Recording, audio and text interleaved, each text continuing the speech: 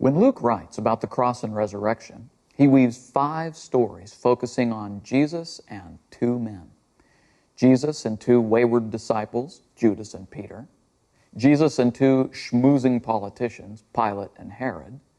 Jesus and 2 men symbolizing the effect of the cross, Barabbas and Simon.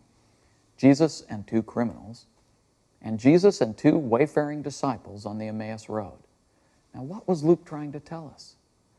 Luke was trying to tell us there are only 2 responses to Jesus Christ, God's Messiah, and the one and only way God has provided for us to find eternal life. Now, when Jesus was crucified, 2 guilty criminals were crucified with him, one on his left and one on his right. As the hammer blows fell while they nailed Jesus' hands to the cross, Jesus prayed, "Father, forgive them, for they know not what they do." There were 2 men close enough to Jesus to hear his prayer, one face on his left, one face on his right, the faces of 2 criminals. Both faces were probably bloodied as his face was. Both were grimacing in pain and gasping for breath at the same time, just as he was. Both were dressed only in a loincloth, just as he was. Both spoke to Jesus. What they said was as far apart as the left is from the right.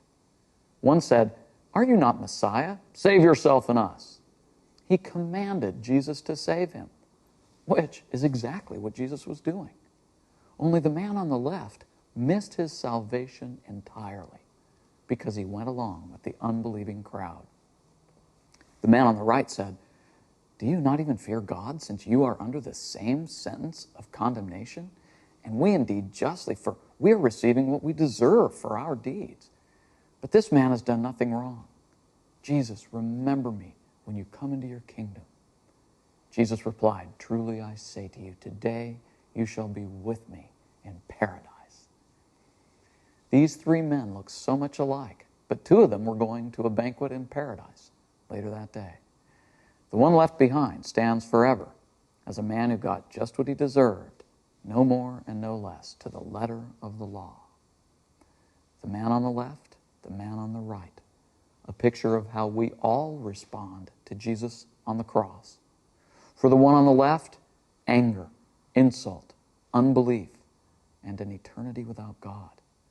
For the one on the right, humility, confession, belief, and paradise.